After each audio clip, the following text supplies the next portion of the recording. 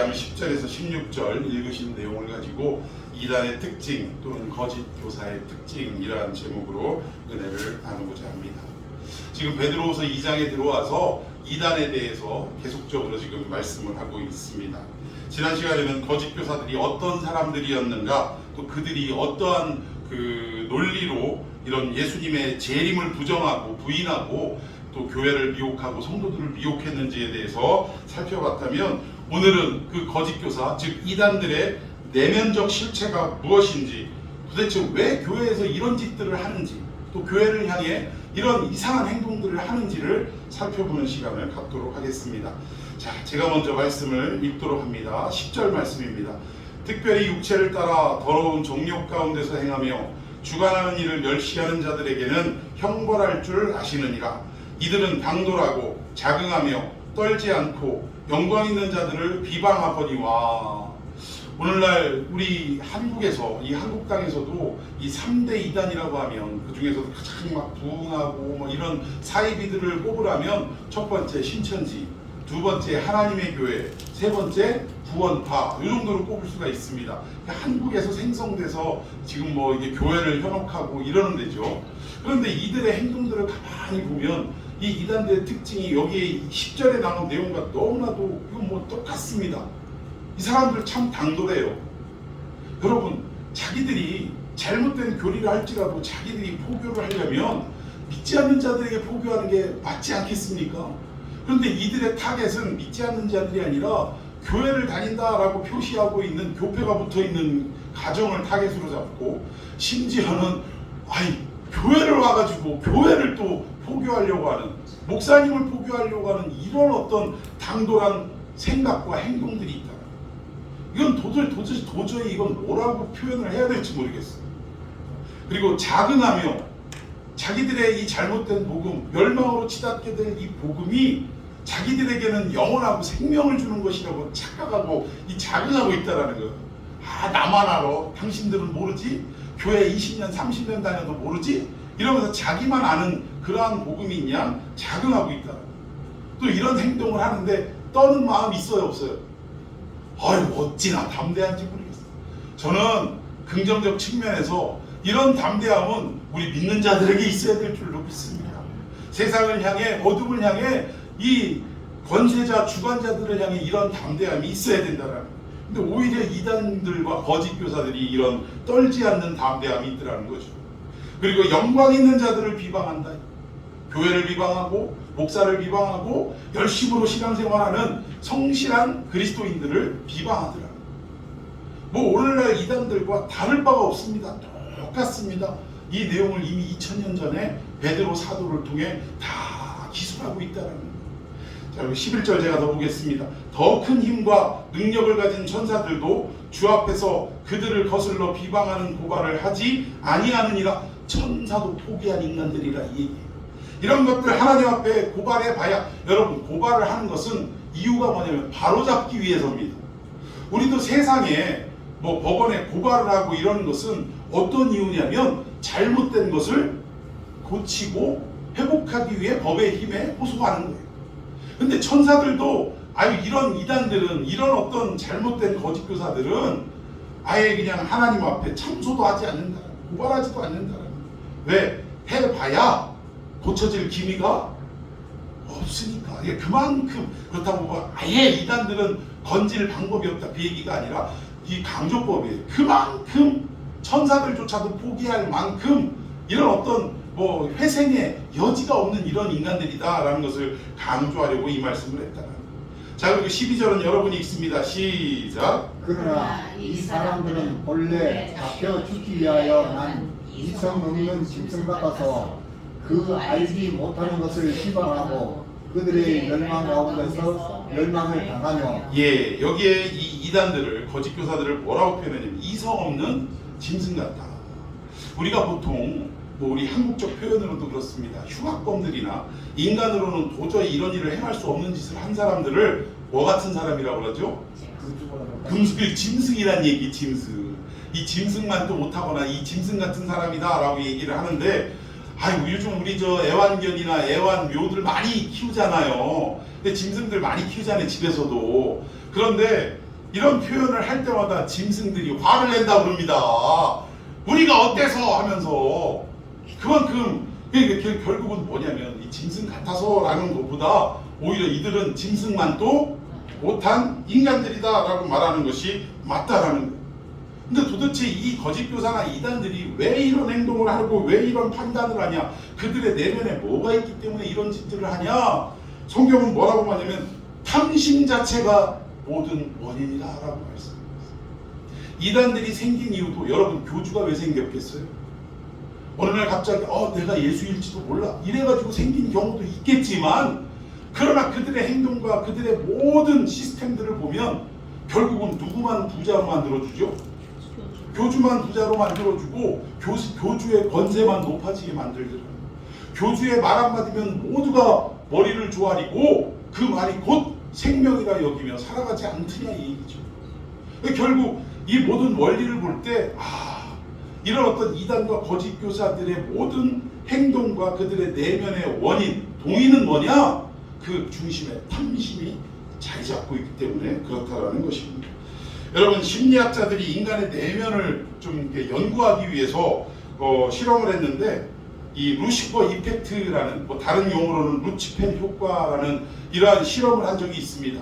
누가 실험을 했냐면 스탠포드 대학의 필립 짐 마르더라는 심리학 교수가 이 실험을 1971년도에 했는데 내용은 여러분 보시면 아시겠지만 2주간 한쪽 부류는 그 감옥의 간수 역할을 하게 만들고 한쪽 부류는 죄수 역할을 하게 만들고 과연 이들이 어떻게 심리가 작용하는지를 2주간을 테스트하기 위해서 이 실험에 돌입됐는데 6일도 못 가가지고 6일째 되는 날 이 모든 실험을 폐하고 말았어요.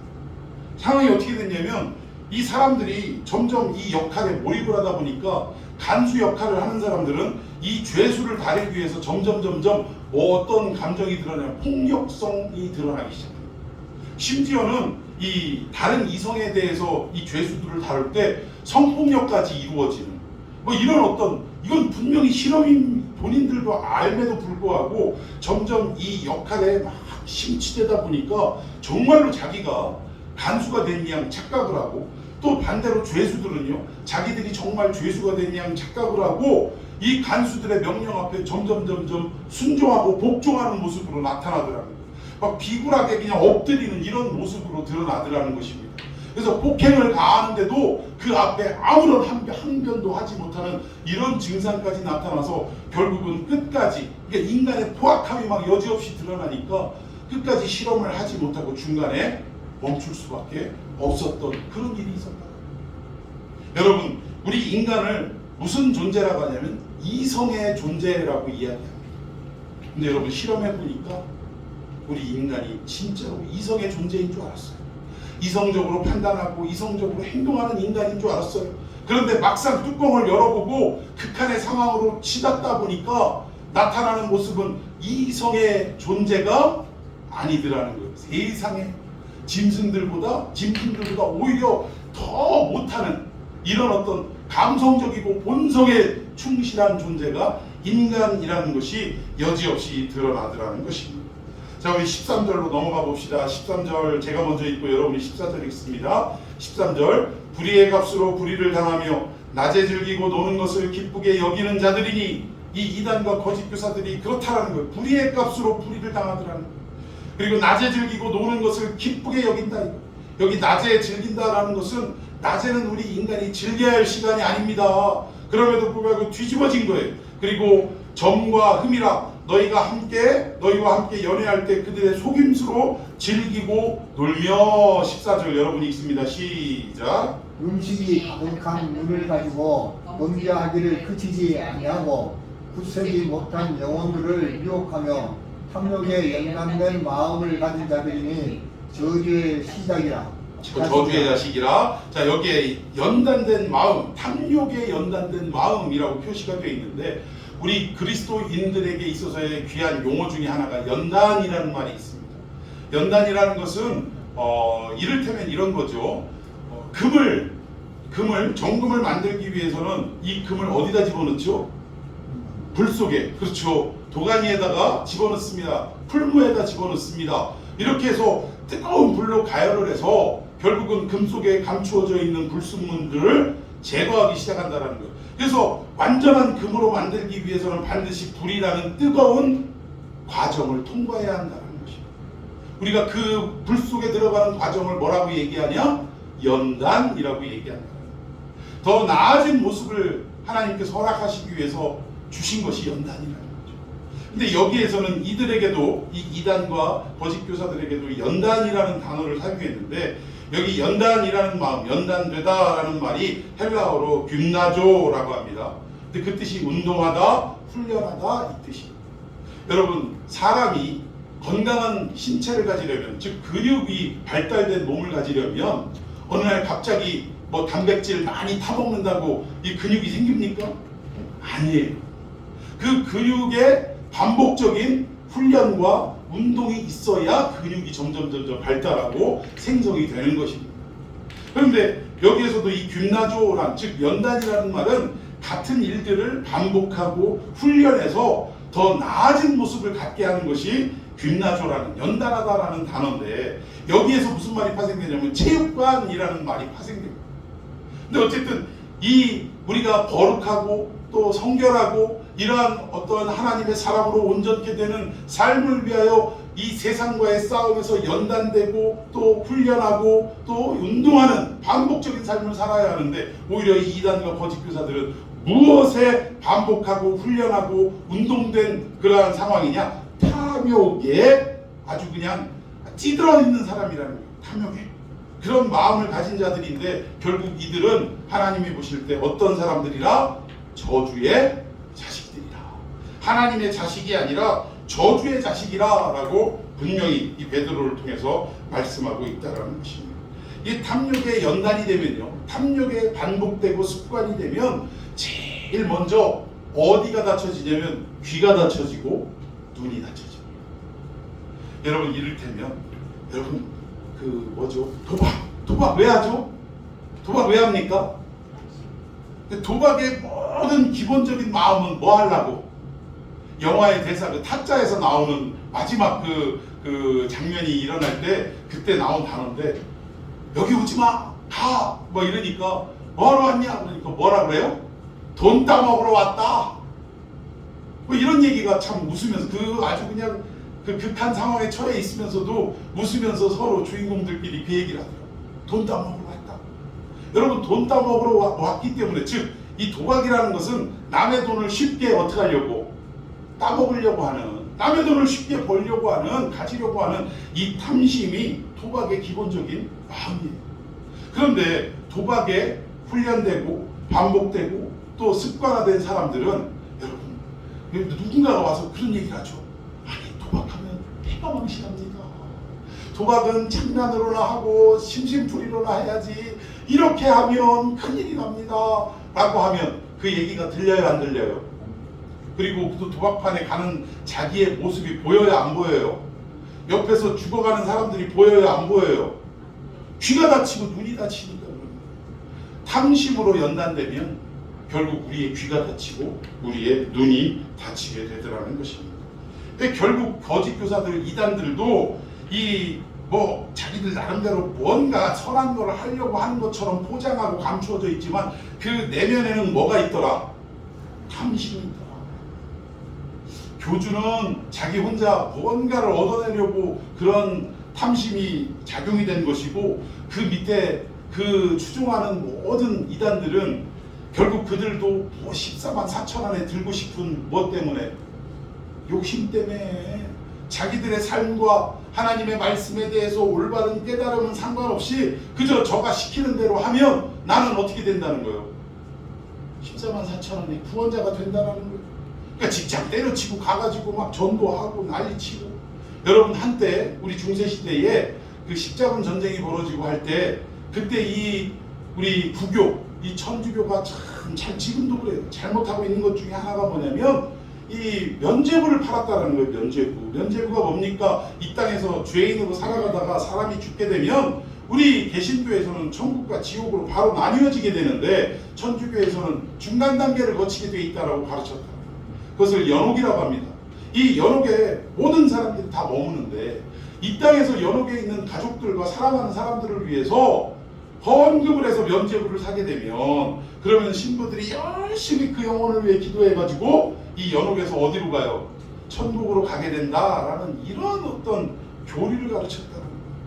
그러면 사람들은 이미 죽은 사람과 또 아직 생존해 있는 자신들을 위해서 어디 가고 싶은 욕심에, 천국 가고 싶은 욕심에, 이것도 탐심이랍니다. 천국 가고 싶은 욕심에 잘못된 줄도 모르는 채 이 탐심 때문에 면죄부를 사서, 그리고 면죄부를 산 사람은 이제 나는 천국행 티켓은 따놓은 상황이다. 그리고 그 이후의 삶은 과연 이들이 하나님 앞에 성실한 삶이었을까요? 아니면 범죄하고 음란한 삶을 살았을까요? 앞을 뭐 안 봐도 뻔한 거 아닙니까? 우리 인간이 어떤 존재인데요?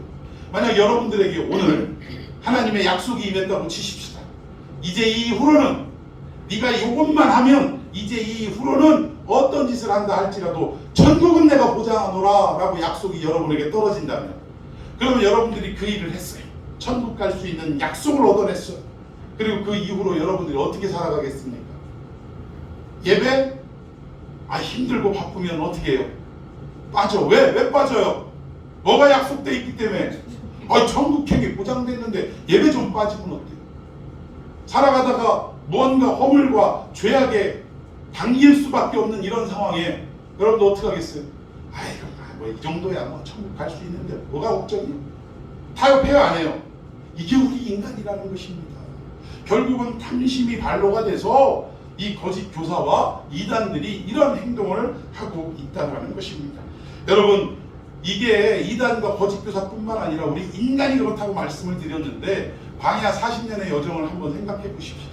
40년 동안 계속적으로 이 같은 곳을 38년을 뱅뱅뱅뱅 도는 그러한 삶이었어요. 사실은 광야에서, 즉 애굽에서 가나안까지의 길은 성경적으로 보면 며칠 길이래요? 10하루길, 11일 길이라는 거예요. 그런데 이 10하루면 갈 수 있는 길, 노약자들을 생각한다면 적어도 보름이면 들어갈 수 있는 길이라고 합니다. 그런데 이 길을 무려 몇 년을? 40년을 광야에서 이렇게 헤매이고 허비된 인생, 낭비된 인생을 살아올 수밖에 없었던 것이 무엇 때문이냐? 탐심 때문이다. 만나를 내려주시면 그날 것만 거둬라 하는데도 항상 내일 안 오면 어떡하나, 이 탐심 때문에 오늘 내가 내일치까지 걷어놓고 모레치까지 걷어놔야 행여나 내가 아파서 내일 못 나가도 먹을 수 있지. 여러분, 이 만나로 표현했지만 우리 인간의 삶이 그런 거 아닙니까? 제가 오해하기 쉬운 게 뭐냐면 저축하지 말고 보험 들지 말라 그 얘기가 아니에요. 근데 우리 인간의 삶을 가만히 생각해 보면 결국 우리는 우리의 노후를 하나님께 온전히 맡기지 못하니까 결국 우리의 노후를 누가 책임져요? 우리 자신이 책임지더라는 거예요. 그래가지고 그러니까 오해하지 말라고 하는 거예요. 저축하지 말고 보험 들지 말고 뭐 하지 말고 이게 투자하지 말고 이 얘기가 아니라고 그랬죠? 근데 중심이 뭐냐면 내 마음에 하나님이 나를 책임지시고 보장하신다라는, 즉 가나안으로 이끄신다라는 이 약속이 희미하니까 내 미래를 누가 책임지고 누가 개척하냐면 나 자신이 개척하는. 그러니까 이 내일치 만나를 가져오는 이유도 그거예요. 마태복음에도 예수님이 말씀하시잖아요. 누가 염려함으로 그 키를 한자나 자라게 할 자가 있냐. 오늘 염려 오늘 하고 내일 염려하지 말라. 오늘의 염려는 오늘 족하다. 그러니까 우리는 자꾸 내일의 염려 모레의 염려를 하는 거예요. 결국은 광야 40년이 그 세월입니다. 그리고 나서 가나안 이제 초입에 딱 앞서서 여호수아가 백성들을 이끌고 가는데 앞에 누가 나타났어요? 여호와의 사자가 칼을 빼들고 딱 가로막고 있었어요. 앞에 있었어요. 근데 첫 번째 물은 여호수아의 질문이 뭐라고요? 너는 우리 편이냐? 적의 편이냐? 그러니까 모든 사고의 중심이 누구예요? 나인 거예요. 나. 광야 40년의 인생이 결국은 요약하면 나 중심의 삶으로 살았고, 나 목마르면 하나님, 나 배고프면 하나님, 나 불편하면 하나님. 하나님이 누구를 위해 존재하는 거예요? 지금 상황이 나를 위해 존재하는 거예요. 참 제가 요즘 느끼는 바가 많습니다. 우리 인간이라는 존재가 예수 믿는다고 교회 다닌다라고 하지만 평상시에는 뭐 그렇게 뭐 열심히 나이스하게 막 믿는 것 같지만 어려운 상황이 생기면 항상 중심이 뭐가 돼요? 내가 되더라는 거예요. 그리고 내 인생의 문제를 해결해 주기 위해 하나님은 존재하는 것이 아닙니까? 따지고 보면 그 논리예요. 그런데 하나님은 뭐라고 말씀하시냐면 인간을 지으신 목적이 누구의 뜻을 이루기 위해서? 하나님의 뜻과 하나님의 나라를 이루기 위해서 우리 인간을 지으셨다고 말씀하고 있어요. 하나님을 위해 우리가 존재하는 것이지 우리를 위해 하나님이 존재하는 것이 결코 아니라니. 탐심의 마음은 무엇을 말하느냐? 나 중심으로 생각하고 나를 위해 하나님이 존재하는 건 양 이렇게 착각하고 살아가는 것 자체가 탐심을 기본으로 하고 살아가는 인생이라 해도 과언이 아니라는 것입니다. 결국 그들 앞에 나타난 여호수아 앞에 나타난 여호와의 사자가 여호수아의 이 질문에 너는 우리 편이냐 적의 편이냐라는 질문에 대답을 합니까 안 합니까? 대답을 안 해요. 거기에는 대답을 안 해요. 그리고 엉뚱한 답을 합니다. 나는 여호와의 군대 장관으로 이제 대장 노릇하러 왔다라는 거죠. 그 말은 무슨 말이냐면 광야 40년 니들의 인생을 돌이켜보면 여호와의 이 군대 장관은 여호와의 군대는 저 하늘의 천사들이나 이런 어떤 영적인 존재를 말하는 게 아니라 이스라엘 백성들이 애굽에서 광야로 탈출할 때 이스라엘 백성을 뭐라고 표현했냐? 여호와의 군대라고 표현했다. 그럼 이 말은 여호와의 군대 장관이라는 말은 내가 이스라엘 백성들의 대장으로 왔다 그 얘기예요. 군대 장관으로 왔다. 너희들이 지난 40년 동안은 너희들 욕심대로 너희들 하고 싶은 대로 그냥 내가 네 시다바리가 하는 그 마음으로 하나님 이리 오세요. 나 지금 힘들어요. 빨리 해결해주고 가세요. 이런 식으로 그동안 내가 시다바리 역할을 해왔다면 이제 가나안을 앞두고 이 상황에서는 더 이상 너희들 시다바리로 살아가지 않겠다. 나는 이제 너희들에게 명령하고 내가 뜻한 바를 너희가 순종하게 만드는 너희들의 뭐가 되겠다?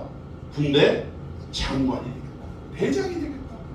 그 선언을 했다는 결국 가나안 땅에 들어가서의 삶은 하나님의 명령 앞에 순종함으로 모든 축복을 얻는 것을 확인하는 땅이다.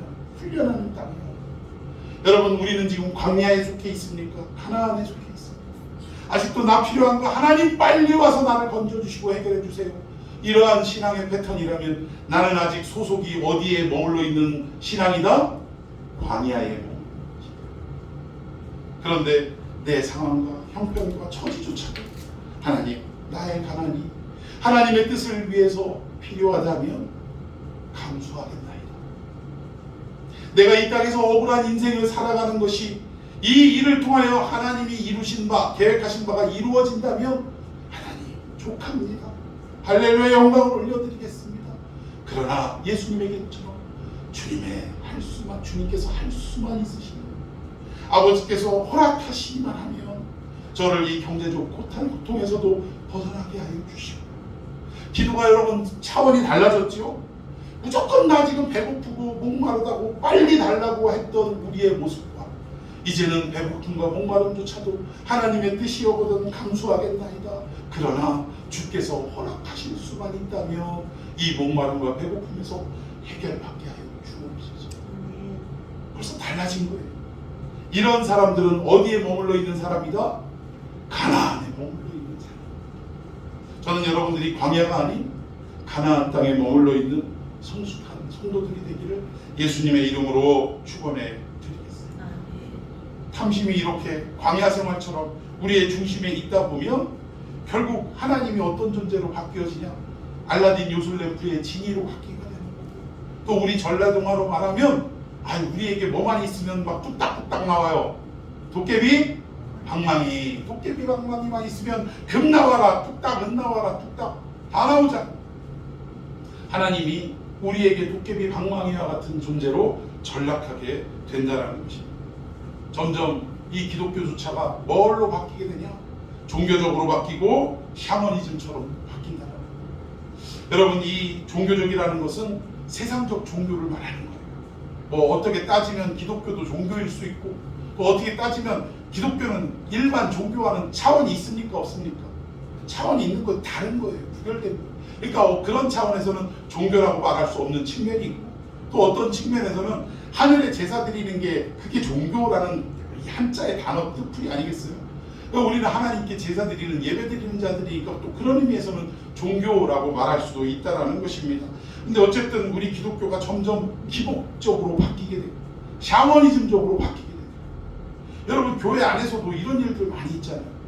뭐 좀 기도의 은사가 있다라는 예언의 은사가 있다는 사람들한테 찾아가서 그리고 나서 헌금 준비해가지고 그래서 기도 받는데 네가 지금 뭐 참 제일 답답한 게 우리 신학교에서도 언제 한번 제가 말씀드린 것 같아요. 교수하고 제가 한바탕 해가지고 그 교수가 화딱지가 나서 가방 들고 갔다고. 근데 이 교수님이 오셔서 아니 복음주의 학교에 와가지고 가르친다라는 게 더군다나 부끄러운 게 우리 또 합동책 출신 목사예요. 근데 거기서 하는 짓이 말하는 게 이 학생들을 딱 데려다 놓고 개인적으로 밥 얻어먹으면서 한다는 소리가 지금 전도사님은요 마치 무엇과도 같으냐면 이 그저 경마장에서 이제는 막 경기를 출발하려고 하는 그런 말과 같다라는 거예요.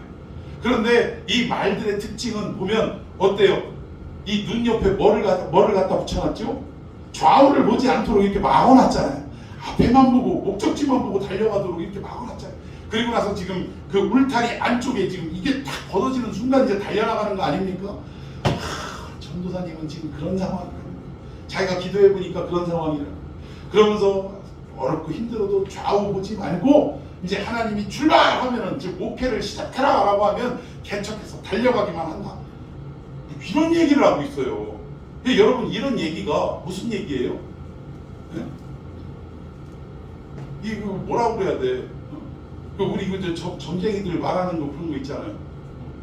너 배고파? 밥 안 먹어서 그래요. 이런 얘기하고 똑같은 거 아니에요? 하나만 한 얘기 아닙니까? 지금 신학교에 온 사람들은 하나님의 부름을 받고 목회를 하기 위해 이 자리에 온 사람들 아니에요? 말 그대로 경기장에서 지금 달려가기 직전에 있는 사람들 아닙니까?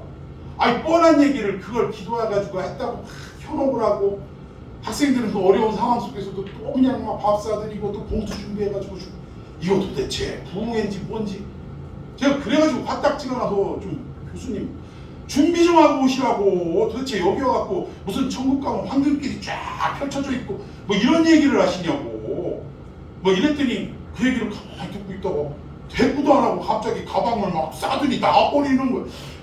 얼마나 당황했는지 몰라요. 근데 어쨌든 뭐 이런 마음들이 아니냐 이거죠. 자, 우리 계속해서 한번 말씀 보도록 하십시다. 자, 우리 14, 15절, 16절 다 여러분이 읽습니다. 시작. 그들이 바른 길을 떠나 미혹되어 보아의 아들 발람의 길을 따르는도다.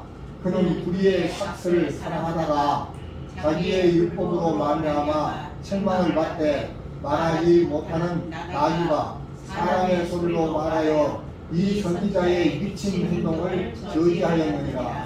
자기 중심적으로 살아왔던 이스라엘 백성들, 더 나아가 거짓교사 이단들을 향해서 이들이 과거에 어떤 역사와 똑같다라는 것을 지금 말씀하고 있는 거예요. 그러면서 누구를 끌어왔냐면 구약에 아직 가나안 땅에 입성하기 전에 여호수아 시대에 발람이라는 선지자의 이야기를 지금 차용해서 지금 선포하고 있다는 거죠. 자, 그 내용을 한번 봅시다. 현장으로 가자면 민수기로 넘어가는데, 자, 한번 좀 성경 요즘 읽어야 되는데 그럼 성경 읽는 겸 해서 한번 좀 교독을 쭉 해봅시다. 내용이 깁니다. 민수기 22장 21절 발람이 아침에 일어나서 자기 나귀에 안장을 지우고 모압 고관들과 함께 가니 22절 그가 감으로 말미암아 하늘이 진노하심으로 여호와의 사자가 그를 막으려고 길을 서니라. 발람은 자기 나귀를 탔고 그의 두 종은 그와 함께 있더니 나귀가 여호와의 사자가 칼을 빼어 손에 들고 길에 선 것을 보고 길에서 벗어나 밭으로 들어간지라. 발람이 나귀를 길로 돌이키려고 채찍질하니 여호와의 사자는 포도원 사이 좁은 길에 섰고 좌우에는 땅이 있더라. 나귀가 여호와의 사자를 보고 몸을 담에 대고 발람의 발을 그 담에 짓누름에 발람이 다시 채찍질하니 여호와의 사자가 더 나아가서 좌우로 피할 데 없는 좁은 곳에 선지라. 나귀가 여호와의 사자를 보고 발람 밑에 엎드리니 발람이 노하여 자기 지팡이로 나귀를 때리는지라. 28절 여호와께서 나귀 입을 여시니 발람에게 이르되 내가 당신에게 무엇을 하였기에 나를 이같이 세 번 때리느냐. 여러분 탐심의 훈련되고 운동되고 반복되면 뭐가 다쳐진다고 그랬죠? 귀가 다치고 눈이 다친다고 말씀드렸죠. 지금 발람은 모압 왕 발락의 요구에 의해서 자기 동족을 저주하는 그런 일을 하기 위해 지금 가는 겁니다. 그런데 탐심, 결국은 돈 많이 주고 네 지위 이만큼 올려주고 뭐 이런 것들을 보장한다고 하니까 처음에는 좀 거절하는 듯 하다가 결국은 거기에 넘어가 버리고 말았어요. 마음에 탐심이 가득 차 버리고 말았어요. 그래가지고 그 발락이 부르는 대로 찾아가다가 결국 나귀 타고 가는데 여호와의 사자가 그 앞을 딱 가로막고 있는 거예요. 그런데 나귀는 여호와의 사자를 봤어요, 못 봤어요?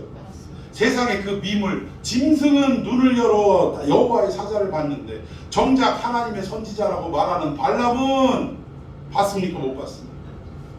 탐심 때문에 눈이 다쳐져요. 여러분, 교회 목회자들도 세상적 탐심에 가득 차면 영적인 하나님의 말씀에 눈이 다치는 거예요. 아무리 기도해도 하늘로부터 임하는 하나님의 음성을 듣지 못하게 돼요. 그래서 이게 목사뿐만 아니라 하나님의 사람들은 이 탐심을 경계해야 될 줄로 믿습니다. 내 욕심이 앞서는 순간 하나님의 모든 말씀과 하나님이 우리에게 주시는 모든 상황을 보지 못하고 듣지 못하게 된다. 이 아이러니하게 짐승은 여호와의 사자를 보는데 선지자는 하나님의 사자를 못 보더라라는 것입니다. 그래가지고 말 안 듣고 자꾸 자기의 발을 담에 찌게 만들고 엎드리고 이러니까 막 넘어질 뻔하고 이럴 거 아니에요. 3번이나 이런 일을 하니까 결국은 발람은 채찍질을 하고 나중에는 지팡이로 나귀를 후려 때립니다. 그랬더니 맞던 이 나귀가 하나님의 은혜로 말을 하게 됐어요. 그래서 무슨 말을 했냐? 한마디로 왜 때려? 내가 뭘 잘못했다고 지금 때리는 거요? 라고 얘기를 했다는 거죠. 자, 우리 계속해서 말씀 봅시다. 29절 제가 읽습니다. 발람이 나귀에게 말하되 네가 나를 거역하기 때문이니 내 손에 칼이 있었다면 곧 너를 죽였으리라. 내가 손에 지팡이가 채찍이 있으니까 때렸지 만약 내 손에 칼이 들어있었으면 너 당장 죽였다, 이 얘기를 하는 거죠. 자, 우리 30절 시작. 나귀가 발람에게 이르되 나는 당신이 오늘까지 당신의 일생 동안 탄 나귀가 아니냐?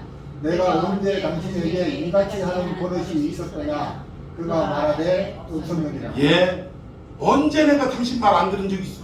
가자면 가고 하라면 하고 다 했는데, 평생을 다 했는데 오늘 여호와의 사자가 길을 막아가지고 이렇게 한 건데 당신은 여호와의 사자를 못 보고 어찌하여 나를 이렇게 때리는 것입니까? 칼로 죽이겠다고요? 말 같지도 않은 소리를 하고 있네. 지금 이 나귀가 이 얘기를 하는 거예요. 나귀가 참 기가 막힌 겁니다. 나귀는 보는데 선지자는 보지 못하고 오늘 우리는 어떻습니까? 나귀도 볼 줄 아는 것을 혹시 우리도 보지 못하는 이러한 상황에, 이러한 삶에 처해 있는 것은 아닐까요? 내 앞에 있는 문제만 해결하고 내가 해결하고 싶고 내가 가지고 싶은 이것만 어떻게든 공급받기 위해서 귀가 다치고 눈이 닫혀 있는 삶은 아닐까요? 여러분, 이단이나 거짓 선지자들이 이러한 탐심 때문에 귀도 다치고 눈도 다쳐서 하나님의 뜻을 돌아볼 여지도 없고 자기들 욕심대로 그대로 행동하더라는 거예요. 마치 발람처럼 자기 동족을, 이스라엘 백성들을 저주하는 일도 주저하지 아니하고 그 명예와 권세와 재물의 욕심 때문에 결국 그런 일들을 행동하게 되더라는 것이죠. 자, 우리 계속해서 내용을 읽어봅시다. 31절. 그때 여호와께서 발람의 눈을 밝히심에 여호와의 사자가 손에 칼을 빼들고 길에 선 것을 그가 보고, 이제서야 봤어, 이제서야. 머리를 숙이고 엎드리니 여호와의 사자가 그에게 이르되 너는 어찌하여 내 나귀를 이같이 3번 때렸느냐? 보라, 내 앞에서 내 길이 사악함으로 탐심에 가득 찬 인생을 사악하다라고 하나님은 말씀하고 있습니다. 내가 너를 막으려고 나왔더니 그 사악한 길로, 탐심의 길로 가지 않도록 너를 막으려고 내가 왔는데 너는 나를 보지 못하고 오히려 나귀가 보고 그걸 가로막는데 그 나귀를 때리냐, 이 얘기죠. 자, 우리 마지막 33절 여러분 읽습니다. 시작. 나귀가 나를 보고 이같이 3번을 돌이켜 내 앞에서 피하였느니라. 나귀가 만일 돌이켜 나를 피하지 아니하였다면 내가 벌써 너를 죽이고 나귀는 살렸으리라. 아멘. 너 나귀 아니었으면 어떻게 됐어요? 죽었다 그 얘기예요. 나귀가 길을 가로막은 나를 보고 밭으로 방향을 틀고 담으로 기대고 엎드리고 이러지 않았으면 너 벌써 내 칼에 죽었다. 너 나귀 때문에 살았다 이 얘기입니다. 여러분 우리의 인생도 그래요. 우리가 기도하는 것마다 다 들어주셨으면 좋겠어요, 안 좋겠어요? 좋겠어요. 우리의 심정은 그래 다 들어줬으면 좋겠어요. 그런데 오히려 우리의 기도가 그대로 응답됐더라면 오늘 이 발람처럼 우리도 하나님의 칼에 죽을 수 있었겠어요? 없었겠어요? 죽을 수 있었다. 오히려 하나님이 기도를 막으시고 우리가 한 요구를 거절하시고 심지어는 우리의 인생 가는 길에 가시덤불을 놓으시거나 웅덩이를 파서 건너가지 못하도록 길을 가로막은 데는 오히려 우리를 살리시기 위해서 우리를 온전케 하시기 위해서 우리가 욕심으로 우리가 소망이라고 말하면서 기대했던 모든 것들을 가로막으실 때가 있더라고요. 돈이 있었으면 좋겠어요, 저도. 그런데 이 돈 때문에 행여나 이 목양의 길이 또는 하나님이 뜻하신 저를 통해 이루시고자 하는 하나님의 뜻이 방해받거나 가로막히거나 할 수 있기 때문에 가난을 허락하신 게 아닌가 싶습니다. 언제까지 이 가난을 저에게 주실지는 모르겠습니다만 그러나 하나님이 뜻이 있어 이 가난을 극복하고도 남을 수 있는 형편이 된다면 하나님은 반드시 물질의 부도 허락해 주실 것입니다. 만약 그렇지 않더라면 가난한 삶 속에서도 일생을 살아가더라도 이 가난 자체가 하나님께 영광이라면 만족하고 살아가야 됩니다. 여러분 우리가 건강하게 살아가는 것이 우리 생각이에요? 맨날 병들어서 골골하고 살아가는 게 우리 생각입니까? 당연히 건강한 거죠. 오죽하면 사도 바울이 몸의 가시 육체의 가시 좀 제발 좀 없애주십시오. 이 기도를 하는데 하나님께서 하시는 말씀이 내 은혜가 너한테 족하다. 그런데도 불구하고 몇 번을 기도했다고요?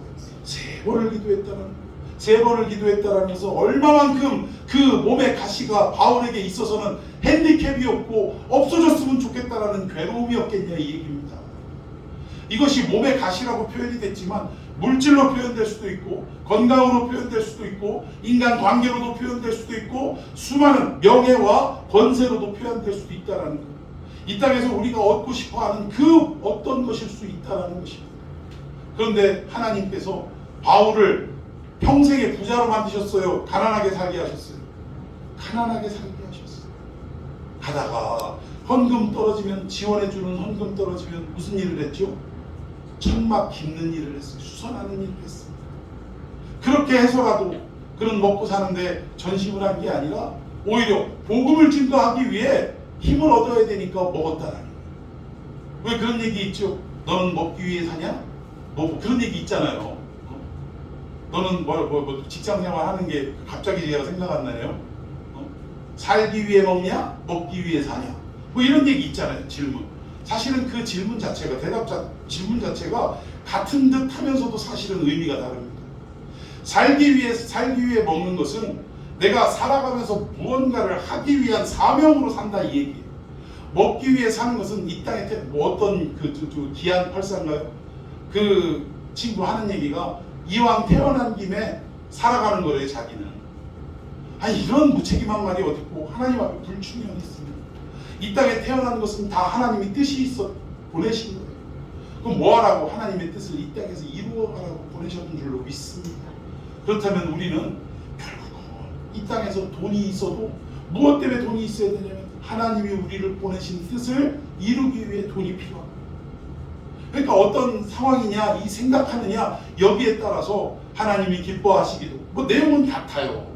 그러니까 우리가 가난한 것조차도 하나님이 뜻하신 바고 하나님의 영광을 위한 것이라면 내가 오히려 그 가난을 기뻐하노라. 할렐루야. 내가 건강하지 않으므로 하나님께 영광이 된다면 나의 이 건강치 못한 몸을 기뻐하노라. 이러한 자세로 우리가 살아가야 한다라는 것입니다. 그럼에도 불구하고 교회 안에 성도들 안에 이단과 거짓교사뿐만 아니라 우리들조차 탐욕에 눈먼 기도들이 얼마나 많이 올려지고 있냐. 이게 결국은 진리를 왜곡시켜요. 하나님의 말씀을 왜곡시킵니다. 내 욕심이 너무 가득하면 내 욕심이 너무 앞서면 결국은 하나님의 말씀이 들어오지 않는 거예요. 내가 이 땅에서 잘 되는 게 하나님 뜻이지 어떻게 이 가난한 건 저주가 아니겠냐 막 이렇게 생각할 수밖에 없어요. 자기만 부자가 되려고 하는 마음보다 오히려 가난하게 사는 사람들은 하나님으로부터 저주받아서 저렇게 사는 것이다 라고. 제가 신학교, 그러니까 이 20살 초반 때죠. 여름방학 때 학비를 벌기 위해서 그 일명 노가다를 제가 했는데, 노가다를 하는데 그 전기 공사하는 어떤 아저씨예요. 대화를 해보니까 저하고는 뭐 소속이 다른 분인데, 근데 이 아저씨가 그런 얘기를 하더라고요. 자기는 교회 집사고, 그리고 이 일을 하지만 그래도 열심히 이 교회 생활하면서 신앙생활하면서 살아간다. 그래서 아, 이분 참 훌륭하다, 대단하다라고 느꼈어요. 근데 점심 먹고 이게 그 쉬는 시간 1시간 동안에 이분하고 계속 앉아가지고 대화를 하는데, 아니 세상에 길을 걸어가는 어떤 아주머니가 한 분 계신데 저도 깜짝 놀랐어요. 얼굴이요, 한쪽 얼굴이 막 혹인지 뭐라고 해야 되는지 막 얼굴이 완전히 이만큼 막 일그러져 있고 이만큼 막 튀어나왔어요, 혹으로. 그러니까 일반적 그 사람의 형상으로 보기도 어려울 정도로 흉합니다. 그리고 이 튀어나온 부분이, 혹 부분이 그 왜 붉은색 있잖아요. 얼굴이 붉어가지고 막 얼룩얼룩거리고 막 이런 얼굴로 지나가는데, 아니 이 집사님이 대뜸 그러시더라고요, 저한테. 도대체 저 사람은 무슨 죄를 많이 졌길래 저런 모양으로 살아가느냐. 뭔가 조상이나 저 사람이 자체가 죄가 많아서 저런 게 아니겠냐라고 얘기를 하시더라고요. 근데 제가 그 말이 너무나 이제 뭐 신학교 막 가가지고 뭘 알겠어요. 근데도 불구하고 그게 충격이 돼서 아직까지도 기억에 남습니다.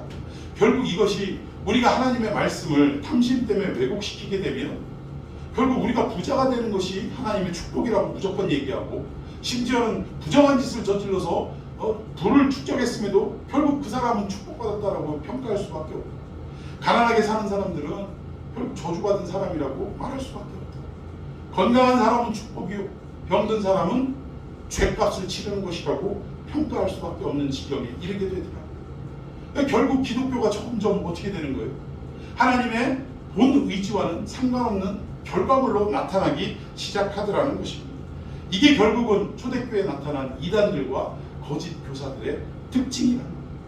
근데 이것이 그때 이단과 거짓 교사의 문제뿐만 아니라 오늘 살아가는 우리들의 신앙 속에서도 여전히 이 같은 원리가 침투해 들어와 우리를 점점 몰락의 길로 이끌어 갈 수도 있다라는 것입니다.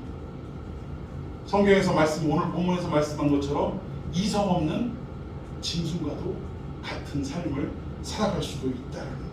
그래서 오늘 기도할 때 하나님 이 한 주간도 내 남은 인생에도 내 눈에 세상의 욕망이 다 사라지게 하여 주시고, 개인적 탐욕 때문에 하나님의 공의를 놓치고 하나님의 말씀의 의의를 놓치지 않게 해달라고 기도했으면 좋겠습니다.